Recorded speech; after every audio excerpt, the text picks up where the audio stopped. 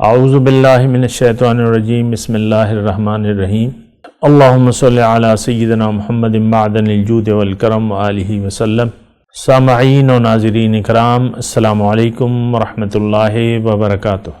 آج کا ہمارا موضوع یہ ہے کہ کیا ہماری زندگی فضول ہے؟ دیکھیں، زندگی تو فضول نہیں ہے، لیکن ہم فضول زندگی گزار رہے ہیں وہ ایک الگ بات ہے۔ لیکن زندگی تو ایک بہت بڑا زندگی میں ہم نے ایک بہت بڑا کام کرنا ہے اور ایک بہت بڑی منزل تک پہنچنا ہے، اور ہماری منزل اللہ ہے۔ لیکن افسوس سے یہ کہنا پڑتا ہے کہ ہم لوگ فضول زندگی گزار رہے ہیں۔ دنیا ہی کو ہم نے اصل زندگی سمجھ لیا ہے اور دنیا ہی کے لیے ہم وقت گزار رہے ہیں۔ تو بہرحال یہ بات تو ٹھیک نہیں ہے۔ اصل بات یہ ہے کہ ہمیں ضرورت یہ ہے کہ ہم اپنے آپ کو پہچان لیں، اپنے خالق کو پہچانیں، اور خالق نے جس مقصد کے لیے ہمیں بنایا ہے اس کے لیے اس کو بھی پہچان لیں، اور زندگی اسی مقصد کے لیے گزاریں جس مقصد کے لیے ہمیں زندگی دی گئی ہے۔ لیکن اب یہ ہے نا کہ یہ اگر ہماری سوچ نہیں آتی اس طرف اور ہمارا ذہن نہیں آتا تو اس میں سوال یہ ہے کہ نقصان کس کا ہوگا؟ ظاہر ہے کہ ہمارا ہی نقصان ہوگا، کیونکہ ایک نعمت ہے زندگی، اس کو ہم ضائع کر دیں گے، دنیا ہی کی مصروفیات میں اس کو ضائع کر دیں گے تو یہ ایک بہت بڑے نقصان کا باعث ہوگا، کیونکہ اس کے بعد یہ زندگی تو عارضی ہے۔ اس کے بعد جو زندگی شروع ہوگی وہ دائمی زندگی ہوگی، یہ بات نوٹ کر لیں، وہ ہمیشگی کی زندگی ہوگی اور وہ زندگی نہیں ختم ہوگی۔ یہ زندگی تو بس تھوڑے ہی دن رہتے ہیں، اس میں جتنے بھی ہیں وہ تھوڑے ہی ہیں، جتنے بھی ہیں وہ تھوڑے ہی ہیں۔ تو ضرورت اس بات کی ہے کہ ہم اپنے آپ کو پہچانیں، اپنے مقصد حیات کو پہچانیں اور زندگی کو اس مقصد کے لیے وقف کر دیں۔ کیونکہ دیکھیں، اگر آپ اپنے آپ کو نہیں پہچانیں گے، اپنے مقصد حیات کو نہیں پہچانیں گے تو بہت جلد ایک ایسا وقت آئے گا کہ آپ پھر ہاتھ ملتے رہ جائیں گے، لیکن اس وقت کچھ مداوع نہیں ہو سکے گا۔ یہی زندگی ہے، اسی میں آپ نے سوچنا ہے، سمجھنا ہے۔ اب سوال یہ پیدا ہوتا ہے کہ ہم آخر کیوں نہیں سوچتے؟ ایک مسئلہ یہ ہے کہ ہم سوچتے کیوں نہیں ہیں کہ ہماری حقیقت کیا ہے، ہمارا مقصد کیا ہے، ہم نے جانا کہاں ہے، اللہ نے ہمیں کیوں پیدا کیا ہے، یہ ہماری سوچ اس طرف کیوں نہیں آتی؟ اس کا ایک بڑی وجہ یہ ہے کہ ہمیں ایک ایسا دھوکہ لگ گیا ہے جو ظاہر کا دھوکہ ہے۔ ظاہر ہے کہ ہم اس وقت جو زندگی گزار رہے ہیں وہ ایک ظاہری دنیا میں زندگی گزار رہے ہیں۔ اگرچہ ہمارے پاس عقل ہے، اللہ تعالیٰ نے ہمیں سوچ سمجھ دی ہے، عقل دی ہے، اور بہت یہ قیمتی چیز ہے عقل جو ہے۔ ہمارے پاس جو عقل ہے وہ گدھوں کے پاس نہیں ہے، وہ گائے کے پاس نہیں ہے، وہ کسی مخلوق کے پاس ایسی عقل نہیں ہے۔ یہ بات نوٹ کر لیں، تھوڑا سا آپ سوچیں گے تو دیکھیں سارا کاروبار حیات ہمارا جو زندگی کا چل رہا ہے، جو تبدیلیاں آ رہی ہیں، جو ایجادات ہو رہی ہیں، وہ اسی عقل کی وجہ سے ہو رہی ہیں۔ وہ عقل نہیں ہوتی تو پھر ہم کسی کام کے نہیں تھے، لیکن وہ عقل چونکہ اللہ تعالیٰ نے دی ہے تو اس عقل سے سوچنا چاہیے ہمیں، یعنی ہمیں اپنے مقصد حیات کے بارے میں سوچنا چاہیے۔ اور ایک بات اس میں آپ کو نوٹ کرا دوں کہ دیکھیں، ہر چیز کا ایک مقصد ہے۔ یعنی پہلے تو میں وہ بات دوبارہ دہراؤں گا کہ آخر ایسا کیوں ہے کہ ہم سوچ سمجھ سے کام نہیں لیتے، تو اس کی وجہ میں نے آپ کو بیان کی کہ ہم اپنے ظاہر میں مشغول ہو گئے ہیں، مصروف ہو گئے ہیں، مشغول ہو گئے ہیں۔ تو اس لیے ہمیں کسی اور طرف کوئی اور چیز نظر نہیں آ رہی، جبکہ ہمارے مقصد کا تعلق باطن سے ہے، ظاہر سے نہیں ہے۔ ظاہر ہمارا مقصود نہیں ہے، کیونکہ اس ظاہر کو ہم عنقریب چھوڑ دیں گے اور ہمیں اپنے باطن کی طرف واپس لوٹنا ہوگا۔ اور لیکن یہ ہے کہ ظاہر میں اگر آپ ظاہر میں رہ کے عقل سے کام نہیں لیں گے تو پھر ظاہر ہی کے ہو کے رہ جائیں گے. یہ بات بھی نوٹ کر لیں.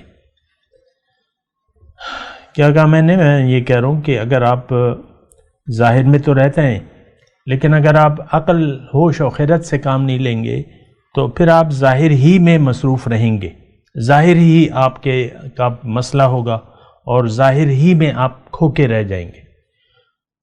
اس کا نتیجہ تو نقصان ہے, کیونکہ جب آپ اچھا اب یہ ہے نا کہ ہم لوگ یعنی عقل کو استعمال تو کرتے ہیں لیکن ظاہر کے لیے استعمال کرتے ہیں.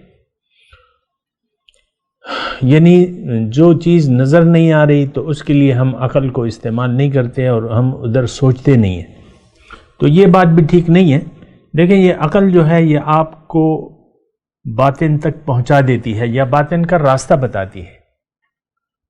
اسی عقل کی بنا پہ آپ سوچ سکتے ہیں اپنی زندگی کے بارے میں, اس کے حقائق کے بارے میں. پھر آپ کو رہنمائی کے لیے اللہ کی کتاب بھی موجود ہے اور حضور صلی اللہ علیہ وسلم کے فرامین بھی موجود ہیں. حضور صلی اللہ علیہ وسلم فرماتے ہیں کہ دنیا کو اللہ تعالیٰ نے اے لوگو تمہارے لیے بنایا ہے اور تمہیں اللہ تعالیٰ نے آخرت کے لیے بنایا. آخرت مطلب باطن, باطن کا مطلب اللہ, کیونکہ باطن کی تو واحد حقیقت اللہ تعالیٰ ہی ہے. ظاہر کی حقیقت بھی اللہ ہی ہے, لیکن یہ ہے کہ اللہ تعالیٰ تو یعنی اگر آپ دیکھیں گے تو وہ وراء الورا ہے, یعنی ہماری سوچ سمجھ سے بالا تر ہے اور اس کا تعلق باطن سے ہے. یعنی یہ آنکھ, ظاہری آنکھ سے وہ نہیں دیکھا جا سکتا, اور ایسا نہیں ہے کہ اس کا تعلق جسم سے ہے, ایسا نہیں ہے. تو یہ محض اس لیے کہ اس اللہ تعالیٰ ہمیں نظر نہیں آ رہا ہماری آنکھوں کے سامنے, اس لیے ہم نے اس سے منہ موڑ لیا ہے. تو یہ سوچ غلط ہے اور ایسا سوچنا غلط ہے. دیکھیں عقل ہمیں باطن کی خبر دے سکتی ہے, اور پھر اللہ تعالیٰ نے ہمارے لیے انتظام کیا ہے خبر کا. نبی کا مطلب کیا ہوتا ہے؟ خبر دینے والا. اور یہ وحی جب آتی ہے وحی, تو یہ کیوں آتی ہے؟ اس کا مطلب اللہ تعالیٰ نے یہی بیان فرمایا ہے, اس کا مقصد کہ وَعَلَّمَ الْإِنسَانَ مَا لَمْ يَعْلَمْ, کہ یہ وحی جو ہے اس لیے آئی ہے کہ انسان کو وہ علم دے جو اس کو معلوم نہیں ہے. تو بہرحال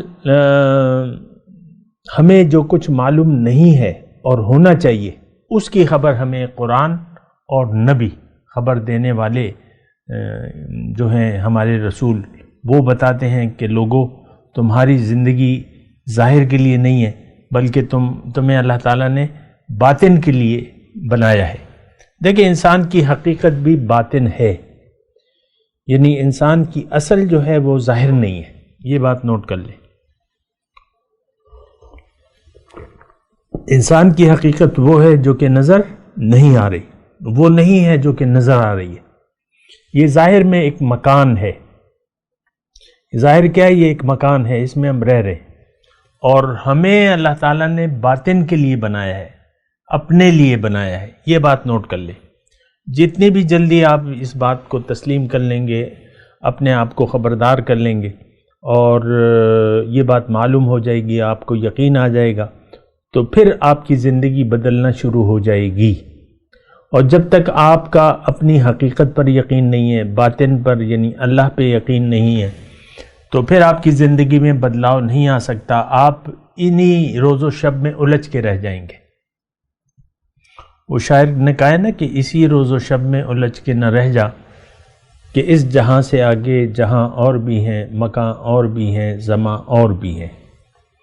تو بہرحال اگر کوئی اسی زندگی میں پھنسا رہا اور تمام روز و شب اس کے ظاہر کے لیے ہی گزرتے رہے, تو اللہ تعالیٰ نے اپنے قرآن میں اس شخص کو سب سے زیادہ نقصان میں قرار دیا ہے. یہ بات بھی نوٹ کر لیں. قرآن کی ایک آیت ہے کہ قُلْ هَلْ نُنَبِّئُكُمْ بِالْأَخْسَرِينَ أَعْمَالًا, اللہ تعالیٰ فرماتا ہے کہ کیا میں تمہیں نہ بتاؤں کہ سب سے زیادہ نقصان میں کون لوگ ہیں. الذین ضل سعیہم فی الحیات الدنیا، اللہ تعالیٰ فرماتا ہے کہ وہ لوگ ہیں جن کی تمام دوڑ دھوپ جو ہے وہ گم ہو گئی ظاہر کے لیے، ظاہر کے لیے ہی وہ رہ رہے ہیں۔ وَهُمْ يَحْسَبُونَ أَنَّهُمْ يُحْسِنُونَ صُنْعًا، اور وہ لوگ یہ خیال کرتے ہیں کہ ہم کوئی اچھا کام کر رہے ہیں، یعنی ٹھیک زندگی گزار رہے ہیں۔ آج دیکھ لیں ہم جو بھی زندگی گزار رہے ہیں وہ ظاہر کے لیے گزار رہے ہیں، ہمارا مقصود ظاہر ہے، ظاہر کی کامیابی، ظاہر ساری پلاننگز ہماری جو زندگی کی ہوتی ہیں وہ ظاہر کی ہوتی ہیں۔ ہم اپنے بچوں کو بھی ظاہر کے لیے تیار کرتے ہیں، ان کا ذہن ظاہر کی طرف مائل کرتے رہتے ہیں کہ تم نے یہ کرنا ہے، تم نے وہ کرنا ہے، اور تم نے یہ بننا ہے، اور تم نے وہ بننا ہے۔ اور والدین اپنے بچوں کے ظاہر کے لیے پریشان ہوتے ہیں۔ کبھی آپ نے نہیں دیکھا ہوگا کہ والدین اپنے بچوں کے باطن کے لیے پریشان ہوں۔ ہاں، کبھی کبھی والدین جو ظاہر سے غافل ہیں وہ سرسری طور پہ بچوں کو نماز کا کہتے رہتے ہیں، جھوٹ مت بولو، نماز پڑھو، یہ کرو وہ کرو، روزہ رکھو، کیوں؟ تو وہ بھی دین کا ایک ظاہر ہے، ایک باطن ہے۔ یہ بات بھی نوٹ کر لیں، ہم دین کے کچھ ظاہر کو لے کر ہم یہ سمجھتے ہیں کہ ہم نے مکمل دین لے لیا ہے، ایسی بات نہیں ہے، یہ بہت بڑی غلطی ہے۔